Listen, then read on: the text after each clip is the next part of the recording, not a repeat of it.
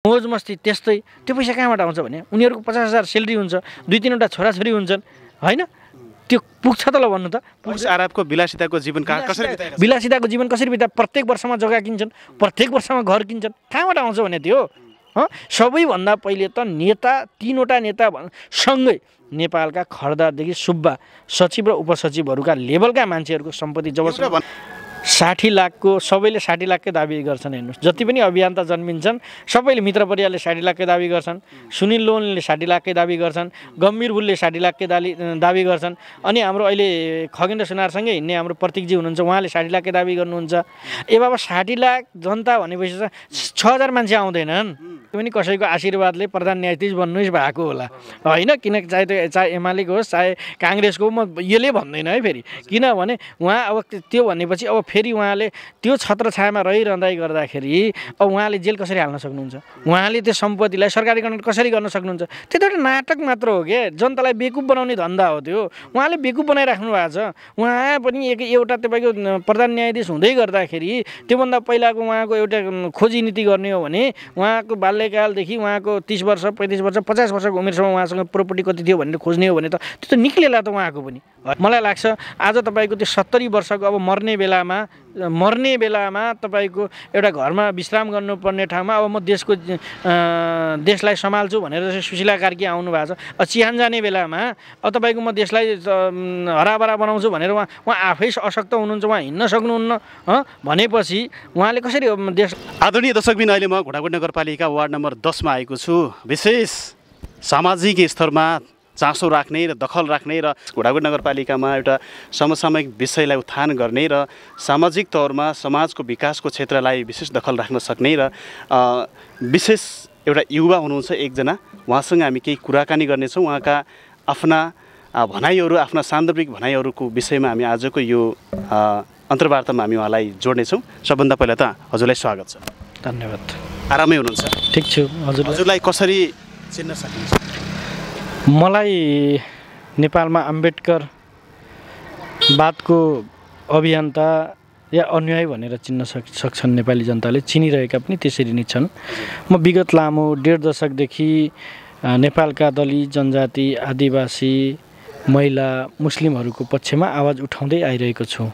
समग्र रूपमा अब अहिले हामीले एउटा विगत मैले 2013 मा मिसन अम्बेडकर नेपाल हुँदै नेपाल बौद्ध अम्बेडकर महासभा हुँदै अहिले तपाईँको नेपाल मूल निवासी महासङ्घ भनेर पनि बनाएको छौँ हामीले। कता कता सामाजिक सञ्जालमा सुन्नुमा आउँछ कि मनोज जयगढीले भन्दै हुनुहुन्छ कि अहिलेको नेतृत्व जो सुशीला कार्कीज्यूले नेतृत्व गरिरहेको सरकारले सुदूरपश्चिमलाई बाइपास गरेको छ भन्ने आरोप छ। के छ यसलाई कसरी चिरफार गर्नुहुन्छ? यो एकदम 100मा 100 हो। एउटा बिमारी भाइ पनि अस्ति ब्याटबाट बोल्दै हुनुहुन्थ्यो, सुदन गुरुङलाई उहाँले आह्वान गर्दै हुनुहुन्थ्यो र सुदूरपश्चिमलाई उहाँले बाइपास गर्नुको कारण सुदूरपश्चिम पनि नेपालमै नेपालको एउटा प्रदेश हो। नेपालको प्रदेशलाई के सुदूरपश्चिममा मन्त्री बन्ने लायकका मान्छे छैनन् र? के मन्त्री बनाउनु पर्दैन र? के जियानजी आन्दोलन भनेको तपाईँको सीमित सुदन गुरुङ के ढुङ्गाना अनि तपाईँको सुशीला कार्की अनि तपाईँको के अरियाल तपाईँको महावीर पुनज्यूले लाई नियुक्ति मात्र हो कि तपाईँ सुदूरपश्चिमबाट पनि एउटा नियुक्ति हुन सक्ने धेरै युवाहरू छन्, धेरै सम्भावना बोकेका युवा युवतीहरू छन् होइन। मलाई लाग्छ आज तपाईँको त्यो 70 वर्षको अब मर्ने बेलामा तपाईँको एउटा घरमा विश्राम गर्नुपर्ने ठाउँमा अब म देशलाई सम्हाल्छु भनेर सुशीला कार्की आउनु भएको छ। चिहान जाने बेलामा अब तपाईँको म देशलाई हराभरा बनाउँछु भनेर उहाँ आफै अशक्त हुनुहुन्छ, उहाँ हिँड्न सक्नुहुन्न भनेपछि उहाँले कसरी देशलाई तपाईँको हराभरा बनाउने? बरु तपाईँको के छ भने जेनजीहरूले चाहिँ तपाईँको भनेछ नि, जेनजीहरूले चाहिँ अब नेकपा एमालेको अध्यक्ष के भन्छ त्यो केपी ओली, शेरबहादुर देउवा लगायतका ठुल्ठुला नेताहरू छन्, भ्रष्टाचारीहरूलाई चाहिँ अब जेलमा हाल्नुपर्छ, उनीहरूलाई छानबिन गर्नुपर्छ, उनीहरूलाई चाहिँ तपाईँको सम्पत्ति शुद्धिकरणमा चाहिँ उनीहरूलाई जति छानबिन गर्नुपर्छ र सबै सम्पत्तिहरू चाहिँ तपाईँको सरकारीकरण हुनुपर्छ भन्ने जेनजीहरूको माग छ। तर अहिलेको सरकारले चाहिँ त्यो गर्न सकिरहेको छैन। यसलाई कसरी हेर्नुहुन्छ? तपाईँको यो जिएनजीहरूको आन्दोलन मात्र नभएर नेपाली जनताको माग हो। हेर्नुहोस्, जिएनजीको माग मात्र, जिएनजी युवाहरूको सुदन गुरुङ लगायतका धेरै साथीहरू जति पनि XYZ छन् उहाँहरूको माग मात्र नभएर नेपाली जनताको माग नै हो यो। किनभने केपी ओलीको, शेरबहादुर देउवाको, पुष्पकमल दाहाल प्रचण्डको अन्य जति पनि म त के भन्छु भने ती नेताहरू मात्रै होइनन्, नेपालका खर्दार सुब्बा सचिव र उपसचिवहरूको पनि सम्पत्ति छानबिन गरेर तपाईँको राष्ट्रियकरण गर्नुपर्छ र अनि जति पनि धेरै करप्टेटर छन् त्यो राष्ट्रियकरण सिज गरेर त्यो सरकारको माथामा सरकारीकरण हुनुपर्छ भन्ने चाहिँ हामी सबै नेपाली जनताहरूको माग नै हो। त्यो हामी अभियन्ताको पनि माग। अहिलेको सरकारले किन त्यो गर्न सकेन? कि ठुला दलका पुराना मन्त्रीहरू प्रधानमन्त्रीहरू पुरानो सरकार चलाएका व्यक्ति हुन् भनेर हो कि या उनीहरूकै छत्रछायामा लुकेको सरकार? यस्तो छ, अब तपाईँले कहीँ कतै हेर्ने हो भने यो देशमा पत्रकार पनि स्वतन्त्र छैन, सुशीला कार्की स्वतन्त्र हुने कुरा भएन। सुशीला कार्की पनि कसैको आशीर्वादले प्रधान न्यायाधीश बन्नु भएको होला होइन, किन चाहे एमालेको होस् चाहे काङ्ग्रेसको, म यसले भन्दैन है फेरि, किनभने उहाँ अब त्यो भनेपछि अब फेरि उहाँले त्यो छत्रछायामा रहिरहँदै गर्दाखेरि अब उहाँले जेल कसरी हाल्न सक्नुहुन्छ? उहाँले त्यो सम्पत्तिलाई सरकारीकरण कसरी गर्न सक्नुहुन्छ? त्यो त एउटा नाटक मात्र हो क्या, जनतालाई बेकुफ बनाउने धन्दा हो त्यो। उहाँले बेकुफ बनाइराख्नु भएको छ। उहाँ पनि एउटा तपाईँको प्रधान न्यायाधीश हुँदै गर्दाखेरि त्योभन्दा पहिलाको उहाँको एउटा खोजी नीति गर्ने हो भने उहाँको बाल्यकालदेखि उहाँको 30 वर्ष 35 वर्ष 50 वर्षको उमेरसम्म उहाँसँग प्रोपर्टी कति थियो भनेर खोज्ने हो भने त त्यो त निक्लेला त उहाँको पनि होइन र? उहाँ आफै करप्टेड हुनुहुन्छ होला। खोज्नै हो भने त एउटा तपाईँ मैले त्यही त भनिसकेँ, खर्दारभन्दा माथि सुब्बा यहाँ नेपालका केही बिचरा सरकारी कर्मचारी छन् जो बिचरा उनीहरूको साँझ बिहानको घाँस टार्न गाह्रो छ भने केही यस्ता जातका आधारमा संविधानका लुटतन्त्रका आधारमा एकल जातीय नस्लिएका आधारमा कतिपय मान्छेहरू त 2-3 तीनवटा गर्लफ्रेन्ड 2-3वटा बिहा अनि मोज मस्ती त्यस्तै, त्यो पैसा कहाँबाट आउँछ भने उनीहरूको 50,000 सेलेरी हुन्छ, 2-3वटा छोराछोरी हुन्छन् होइन? त्यो पुग्छ त ल भन्नु त? पुरुष आरबको विलासिताको जीवन कसरी बिताएको? विलासिताको जीवन कसरी बिता? प्रत्येक वर्षमा जग्गा किन्छन्, प्रत्येक वर्षमा घर किन्छन्। कहाँबाट आउँछ भने त्यो सबैभन्दा पहिले त नेता 3वटा नेता सँगै नेपालका खर्दादेखि सुब्बा सचिव र उपसचिवहरूका लेभलका मान्छेहरूको सम्पत्ति जब भनाइ छ नि तपाईँले भने जस्तै नेताले भन्दा पनि ब्युरोक्रेसीले चाहिँ नेपाल बिगार्यो भन्ने चाहिँ भनाइ छ, यसलाई कसरी लिनुहुन्छ? 100% नेता होइन, नेतासँग त्यति पैसा छैन। यदि खोज्न जाने भने त्यो उपाध्याय भन्ने के एउटा पागल छ, त्यो के सचिव उपसचिव भएर रिटायर भएको मान्छे, त्यो त दैनिक तपाईँको जातको आधारमा कहिले गाली गरे हुन्छ, त्यसलाई सरकारले कहिले एक्सन लिन सक्दैन। यो भीम उपाध्याय के भनेर छ, त्यो त जहिले पनि तपाईँको यसलाई काट्नुपर्छ मान्नुपर्छ, अनेकौँ जे पाए त्यही बोले हुन्छ, जे पाए त्यही बोले हुन्छ। तर त्यसको सम्पत्ति छानबिन गरेर त सिज गर्ने हो भने त्यसका चुरीफुरी धेरै दिन चल्छन् त। कानुन नै तपाईँको, किनभने अब ती आफै बोक्सी आफै झाँक्री, चोर पुलिसको खेल आफै खेल्छन् तिनीहरू, किनभने तिनकै दाजुभाइहरू राज्य सत्तामा छन्, तिनकै दाजुभाइहरू न्यायाधीश छन्। न्यायाधीशबाट पनि यो देशमा तपाईँको बहुजन मूल निवासी दलित जनजाति आदिवासी थारू महिला मुस्लिमहरूले न्याय पाउने स्थिति छैन हेर्नुहोस्। किनभने आज हाम्रो समुदायबाट फलानु न्यायाधीश भयो भन्छन्, तर त्यो संविधान अनुसार पनि धेरै मान्छेहरू तपाईँको दलित समुदायबाट अफिसरहरू भएको छन्, तर पनि उनीहरू काम गर्न सक्दैन, संविधानको धारा अनुसार पनि काम गर्न सक्दैन। किनभने वर्चस्व र बहुसङ्ख्यक उनीहरूको छ, उनीहरूले त्यसलाई ट्र्यापमा पालेर कसरी हुन्छ कारबाही गर्न सकिन्छ, कसरी यसलाई यहाँबाट हटाउन सकिन्छ। एक्लै लुटिएर खाइपाइ आएको, एक्लै लुटपाट गरेर आएको देशमा होइन, अब त उनलाई सिस्टममा जाँदाखेरि आज तपाईँको देशका संरचना जलाउनुको कारण, नेपालको सिंहदरबार जलाउनुको कारण, आन्तरिक राजस्व कार्यालय जलाउनुको कारण, अड्डा अदालत जलाउनुको कारण भनेको नै यो, किनभने लुटेराहरू र भ्रष्टाचारीहरू जो हिजोदेखि शोषण गरिरहेको थिए, देशलाई लुटिरहेको थिए, लुट्ने बानी परेको थियो, तिनीहरूले अब यसलाई जलायो भनेपछि हामी चाहिँ सुरक्षित हुन सक्छौँ, फेरि हामी लुटपाट गर्न सक्छौँ, लुटपाटको तन्त्र चालु हुनुपर्छ भन्ने हो कि। जो मेहनत नगरेर खाने समाज त उसलाई त लुट्नेमा विश्वास छ, चोर्नेमा विश्वास छ, बलात्कार गर्नेमा ठगीमा विश्वास छ उनलाई त। अब हामी जस्तो हाम्रो समुदाय जस्तो मान्छेहरू निरन्तर रूपमा हामी कमाइरहेछौँ, मेहनत गरिरहेछौँ, आज हामीले कसैसँग यदि लेनदेन भयो भने हामीलाई तपाईँको जेल पुगाउँछन्, ब्ल्याकलिस्ट हालिदिन्छन्, तर उनीहरूलाई कसैले पुगाउँछ? पुलिसलाई अहिले हजुर उसको नाममा निवेदन हाल्नुहोस्, पुलिसले उसलाई एरेस्टै गर्न सक्दैन, उसलाई फोनै गर्न सक्दैन। ठिक छ हजुर तपाईँ जानुहोस्, हामी प्रक्रियामा जान्छौँ, तर हामीलाई हाम्रो बारेमा कसैले एउटा ठाडो उजुरी मात्र नभए पनि ए हजुर फलानु यस्तो यस्तो गर्दैछ भनेपछि प्रहरीलाई भनेपछि तुरन्त हामीलाई कहाँ छ त्यसलाई छोपेर यहाँ ल्याइहाल्छ भन्छ। हाम्रो बारेमा निवेदन समेत नजाँदा पनि त्यो प्रहरी यति लाचार छ, नेपालको कानुन यति लाचार छ, नेपालको प्रहरी। मैले अस्ति मात्र के भनेको थिएँ भने नेपाल प्रहरीलाई, नेपाल सरकार र नेपाल प्रहरीले यदि दलित समुदायको सुरक्षा गर्न सक्दैन भने हामीलाई बन्दुकको अधिकार दिए हुन्छ। ठ्याक्कै तपाईँ अब खगेन्द्र सुनारलाई चाहिँ कसरी लिनुहुन्छ हजुरले? खगेन्द्र सुनार भनेको एउटा 60 लाख दलितको बुलन्द आवाज हुनुहुन्छ, अहिले कसरी लिनुहुन्छ? अब मैले सुन अब खगेन्द्र सुनारले जे गरिराख्नु भएको छ ठिक गरिराख्नु भएको छ 60 लाखको सबैले 60 लाखकै दाबी गर्छन् हेर्नुहोस् जति पनि अभियन्ता जन्मिन्छन् सबैले मित्र परिवारले 60 लाखकै दाबी गर्छन् सुनिल लोनले 60 लाखकै दाबी गर्छन् गम्भीर बुलले 60 लाखकै दाबी गर्छन् अनि हाम्रो अहिले खगेन्द्र सुनारसँगै हिँड्ने हाम्रो प्रतीकजी हुनुहुन्छ उहाँले 60 लाखकै दाबी गर्नुहुन्छ ए बाबा 60 लाख जनता भनेपछि 6000 मान्छे आउँदैनन् सबैले 60 लाखको दाबी गर्छन् ल खगेन्द्रजीको पछाडि 3000 मान्छे आयो अरे अनि अरू कहाँ गयो त 60 लाख 60 लाखको दाबी गर्ने मान्छेले त कमसेकम उहाँको पछाडि 10-20 हजार मान्छे हिँड्नु पर्यो कि परेन त्यति खगेन्द्र सुनार पार्टी खोलेर अहिले चाहिँ देशको नेतृत्वमा जान्छु भन्दै हुनुहुन्छ उहाँले नै त्यो एकदम राम्रो मैले खगेन्द्र सुनारको म विरोधी होइन मैले तपाईँलाई त्यसो भने सबै दाबी गरिरहेछन् उहाँले काम गरिराख्नु भएको छ राम्रो हुनुपर्छ पार्टी खोल्नुहोस् झनै राम्रो छ उहाँलाई नेपालका दलित दाजुभाइ दिदीबहिनी नेपाली जनताले सहयोग पनि गर्छन्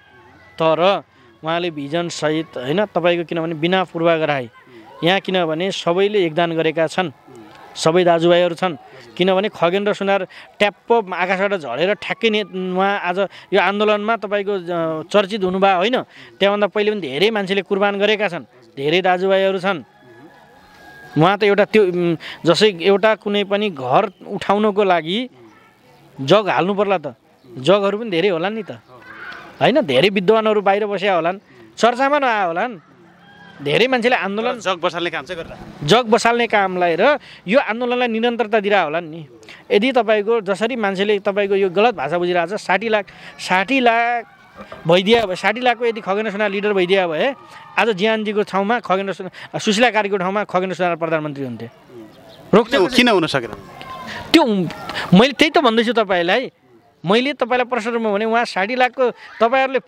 साथीहरुले दाबी गर्नुहुन्छ 60 लाखको भन्नुहुन्छ मैले त यदि खगेन्द्र सुनार 60 लाखको भइदिया भए आज त्यो रोडमा आएर त्यो सांसद भवन कब्जा गरेर सबै मन्त्रालय खगेन्द्र सुनारले चुनाव गराउने ठाउँमा खगेन्द्र सुनार प्रधानमन्त्री हुन्थ्यो होला यो घोडाघोडीको हकमा ठ्याक्कै मनोज जयगढीलाई चिन्ने कसरी चिन्न सक्छ मलाई उहाँहरूले घोडाघोडीले मात्र होइन तपाईको योगदान भने हाम्रो मिडियाको मार्फत तपाईले भन्नुस् तपाईको योगदान घोडाघोडी नगरपालिकामा विशेष गरी यो 10 नम्बर वडा हो तपाई 79 सालमा पनि चुनावमा उठ्नुभयो र तपाईलाई यहाँको जनताले कसरी चिन्छन् यस्तो छ अब जनताले मलाई राम्रै हिसाबले बुझ्छन् होला भन्ने कुराहरु मैले महसुस गरेको छु अब मैले त के छ भने आफ्नो बढाइ चढाइ गर्ने नै हो हैन मलाई कसरी चिन्छन् भन्ने भन्दा पनि तपाईको योगदान के छ विशेष अब मेरो योगदान घोडाघोडीको क्षेत्रमा मैले सके जति जाति विभेदका घटनाहरुमा हरेक ठाउँमा सहयोग सपोर्ट गरेकै छु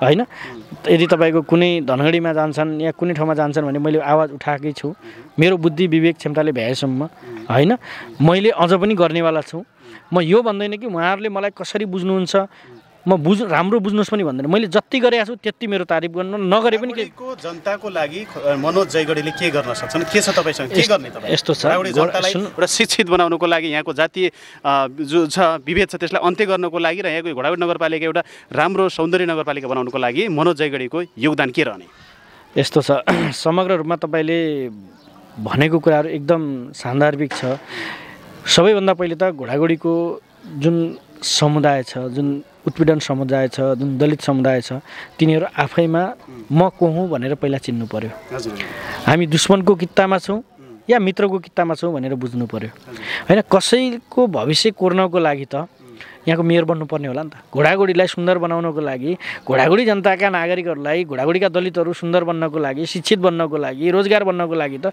यहाँको स्थानीय सरकार बनाउनु पर्यो पहिला त यदि बोलेरै हुने भए म बोलेरै पनि भन्दिन्थे हैन म त के भन्छु भने मैले यदि साच्चीकै तपाईको म चुनाव अहिले लड्ने अवस्थामा छैन तर पनि यदि कुनै दलित समुदाय दाजुभाइ यहाँबाट चुनाव लड्छ भनेपछि मैले के भनेको छु भने प्रष्ट रूपमा वडामा तपाईहरु तयारी गर्नुस् हरेक वडाबाट एउटा न एउटा इन्जिनियर पढाउने तपाईहरुले जिम्मा लिनुपर्छ हरेक वर्षमा 2 जना एउटा वडाबाट इन्जिनियर लिनुस् 2 जना नर्स लिनुस् 2 जना तपाईको आफ्नो आधार इलाकामा है फेरि जहाँ दलित समुदायको आधार इलाका छ थारू समुदायको आधार इलाका छ थारू समुदायलाई दिनु त्यो अधिकार बाहुन क्षेत्रीको आधार इलाका छ भने जो बाहुन क्षेत्रीबाट उत्पीडनमा परेका छन् तिनलाई दिनुस् र म के भन्छु भने हरेक वर्षमा घोडाघोडी नगरपालिकाले 5 जनालाई MBBS पढाउन सक्नुपर्छ।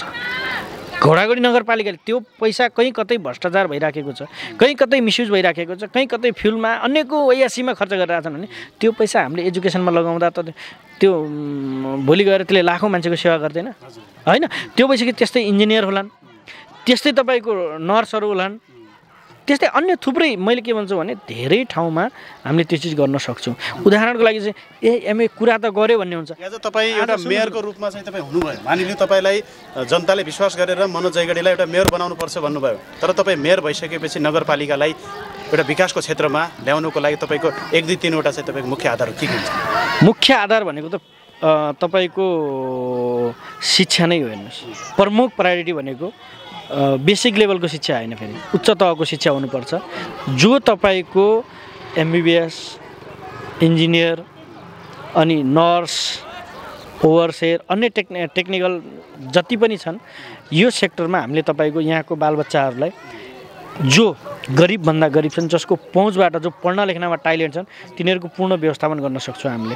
अर्को कुराहरू के छ भने सबैको धर्म संस्कारलाई हामीले सम्मान गर्न सक्छौँ। अर्को कुराहरू के छ भने यहाँको प्रहरी प्रशासनसँग सहकार्य गरेर जुन जातीय विभेद गर्ने मान्छेहरूलाई सिधै फौजदारी अभियोगको व्यवस्थापन गर्न सक्छौँ हामीले। त्यो 2 वर्ष जेल अनि 2 महिना जेल, 2 दिन जेल अनि 2000 रुपियाँ जरिवाना त्यो होइन। जातीय विभेद गर्ने यति ठुलो अपराध हो होइन। एउटा मान्छेलाई विभेद गरिरहँदाखेरि, अपराध गरिरहँदाखेरि होइन, त्यो पनि एउटा फौजदारी अभियोगमा जबसम्मलाई हामीले त्यो त अब संविधानमा छ, संविधान सरकारले गर्ला, तर ठ्याक्कै पारेर नेपालमा बालेन शाहले, काठमाडौँमा बालेन शाह चर्चित छन्, अनि सुदूरपश्चिममा चाहिँ गोपी हमाल, धनगढी उपमहानगरपालिका गोपी हमालले राम्रो काम गरेका छन्, पूर्वमा धरानमा चाहिँ हर्क साम्बाङले राम्रो काम गरेका छन्। मनोज जयगढीले के राम्रो काम गर्न सक्छ? सम्भावनाको कुरा मैले सम्भावनाको कुरा भनिसकेँ त। मैले तपाईँलाई भनिसकेँ सबैभन्दा जात व्यवस्था अन्त्य त तपाईँको यो चरणमा चाहिँ क्रमिगत ढङ्गले जानै होला, तर विकासको क्षेत्रलाई घोडागढी नगरपालिकाले एउटा अनि विकसित नगरपालिका बनाउनुको लागि के गर्नुपर्छ? मैले यसलाई त्यति राम्रो चाहिँ दलित समुदायको लागि उपलब्धि मान्दिनँ। किनभने राणा शासनदेखि, शाह शासनदेखि, शाही शासनदेखि प्रजातन्त्र, लोकतन्त्र अनि माओवादी, एमाले, काङ्ग्रेस थुप्रैले यस्ता मन्त्रीहरू थुप्रैले दिएकै छन् होइन। सबैभन्दा सिनियर मन्त्रालय भनेको नेपाली काङ्ग्रेसले दिएको छ। अहिलेसम्मको इतिहासमा हेर्ने हो भने फेरि यहाँहरूलाई लाग्न सक्छ नेपाली काङ्ग्रेसले दियो भन्दैमा म नेपाली काङ्ग्रेसको मान्छे पनि होइन है। फेरि म विशुद्ध अम्बेडकरवादको अभियन्ता हो, म विशुद्ध अभियन्ता हो, म कुनै राजनीतिक दलसँग आबद्ध छैन होइन। मेरो आफ्नै अभियान छ, समतामूलक समाजको निर्माण कसरी गर्ने, जाति विभेदमुक्त समाज कसरी बनाउने, जात तोडो समाज जोडो अभियानमा म लागेको छु। त्यो भइसकेपछि मदन परियार मन्त्री बन्दैमा नेपालका धेरै मान्छेहरूले खुसी हुनुपर्ने कुनै पनि आवश्यकता देखिनँ मैले। किन भन्नुहुन्छ भने मदन परियारले आज म यो कम्युनिटीको लागि कृषिमा यो गर्छु भन्ने कुराहरू धेरै मन्त्री बनेका साथीहरूले हरेकले आफ्नो निर्णय गरिसक्नु भएको छ। तर मदन परियार डाक्टर आदरणीय मन्त्रीज्यूले उहाँले किन यो कृषिमा म यो समुदायलाई यो गर्छु, यो समुदायलाई यो गर्छु भन्ने कुराहरू उहाँको मुखमा दही जमेको छ कि क्या जस्तो लागिरहेछ कि मलाई। सरकारले गरेको निर्णयको सार्वजनिक गर्नु भएको छैन उहाँले। हो, अहिलेसम्मलाई उहाँले मन्त्री पद ग्रहण गर्दै गर्दाखेरि 1.5 महिना क्रस हुँदै गर्दाखेरि पनि उहाँबाट केही कुनै किसिमको चाहिँ त्यसो मिडियाबाट पनि हल्ला आएको छैन, न कुनै व्यक्तिबाट हल्ला आएको छ, न उनको कुनै लिखित दस्तावेज उहाँको मन्त्रालयबाट बाहिर आएको छ। किन त भन्नुहुन्छ भने फेरि तपाईँको उहाँ पनि कतै यसम्यान र गुलामी गर्न खालि सिग्नेचर गर्न जानुभयो कि या तपाईँको यो के अरे यो वडा सदस्य हुँदैन, वडा सदस्य जस्तै उहाँले पनि ताली बजाउन मात्रै जानुभयो कि भन्ने। मन्त्री कृषि मन्त्रीलाई तपाईँले वडा सदस्यसँग तुलना गर्दै हुनुहुन्छ होइन। मैले उहाँलाई तुलना गरेको होइन, कृषि मन्त्रीलाई होइन। मदन परियारज्यूले जसै आज 1.5 महिना कटिसक्दा पनि उहाँले कुनै निर्णय नगर्न सक्नुको कारण, कुनै तपाईँको अभिव्यक्ति नदिनुको कारण भनेको त यो त्यसै महसुस हुन्छ नि त। उहाँ पनि त्यो मन्त्रालयमा ताली बजाउन मात्रै जानुभयो कि सिग्नेचर गरेर भत्ता बचाउन मात्रै जानुभयो भन्ने कुराहरू पनि त्यो कता कता देखिन्छ। हेर्नुहोस्, उहाँले कमसेकम बोल्न पर्थ्यो कि कृषिमा यो सम्भावना छ यो देशमा, कृषकहरूलाई हामीले यो गर्न सक्छौँ। कृषकलाई अहिले अब बिचरा अब केही समयपछि बिउ बिजन मलको समस्या पर्छ। भर्खर अब धान बाली सकियो मदन परियारजीको काम के त कृषि भनेपछि कृषकहरूको समस्या समाधान गर्नु पऱ्यो नि उहाँले लाग्न सक्छ धेरै परियार साथीहरूलाई फेरि तपाईँको परियार बनाम तपाईँको विश्वकर्माको पनि धेरै तपाईँको मतभेदहरू छन् उहाँलाई त्यो लाग्न सक्छ तर त्यो होइन हेर्नुहोस् किनभने सबैभन्दा सिनियर मन्त्रालय तपाईँको नेपाली काङ्ग्रेसले मिनबहादुर विश्वकर्मा नेकपा एमाले छविलाल विश्वकर्मालाई मलाई लाग्छ उद्योग वाणिज्य मन्त्रालय दिएकै हो होइन त्यो गर्दै गर्दाखेरि आज यो कृषि मन्त्रालय दिँदैमा दलित समुदायले खुसी हुनुपर्ने स्थिति देखिनँ मैले किनभने तपाईँको